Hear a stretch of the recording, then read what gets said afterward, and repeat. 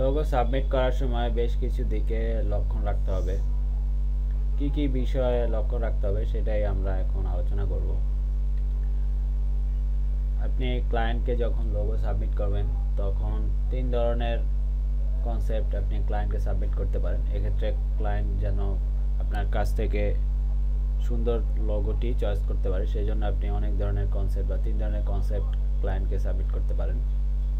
তবে ক্লায়েন্ট যদি কোনো একটি লোগোকে পছন্দ করে তখন সেই লোগোটিকে আপনি আরও কয়েক রকমভাবে সুন্দরভাবে রিডিজাইন করে আপনি উপস্থাপন করতে পারেন। সেক্ষেত্রে ক্লায়েন্ট হয়তো আপনার উপর খুশি হয়ে আরও বেশি পারিশ্রমিক দিতে পারে বা আপনার কাজের প্রশংসা করতে পারে।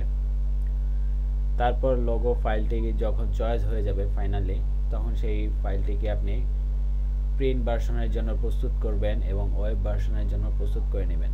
সেটি কীভাবে করতে হয় আমরা পরবর্তী টিউটোরিয়ালে সেটা জানবো। ফাইনালি আপনি এই লোগোটি আপনি সাবমিট করবেন।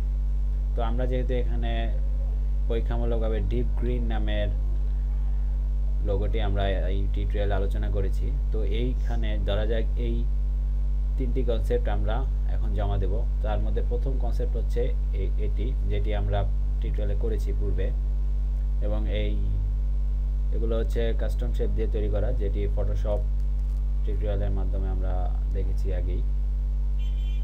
ফটোশপ টিউটোরিয়ালে এবং ইলাস্ট্রেটর টিউটোরিয়ালে আমরা দেখেছি, তবে লোগোতেও আমরা দেখেছি কিভাবে কাস্টম শেপ ফটোশপ থেকে নেওয়া যায় বা ইলাস্ট্রেটর থেকে কিভাবে সিম্বল ব্যবহার করা যায় সেটি আমরা দেখেছি।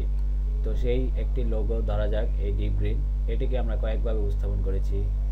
এখানে ডিপ গ্রিন এর সাথে আবার ডিজাইন অ্যান্ড প্লান্টিং, তারপর সাদা কালোর বিষয় নিয়ে আমরা আগেও বলেছি। প্রত্যেকটি লোগো সাদা কালোতেও অত্যন্ত গুরুত্বপূর্ণ, তো সাদা কালোতে কেমন দেখায় সেটিও আমরা এখানে উপস্থাপন করেছি। তারপর এই শেপটিকে একটু ভিন্নভাবে উপস্থাপন করেছি, একইভাবে সাদা কালোটিও দেখিয়েছি।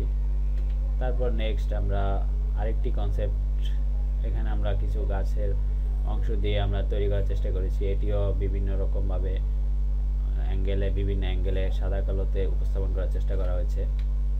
তারপর ধরা যাক আরেকটি কনসেপ্ট, এটিও আমরা উপস্থাপন করেছি।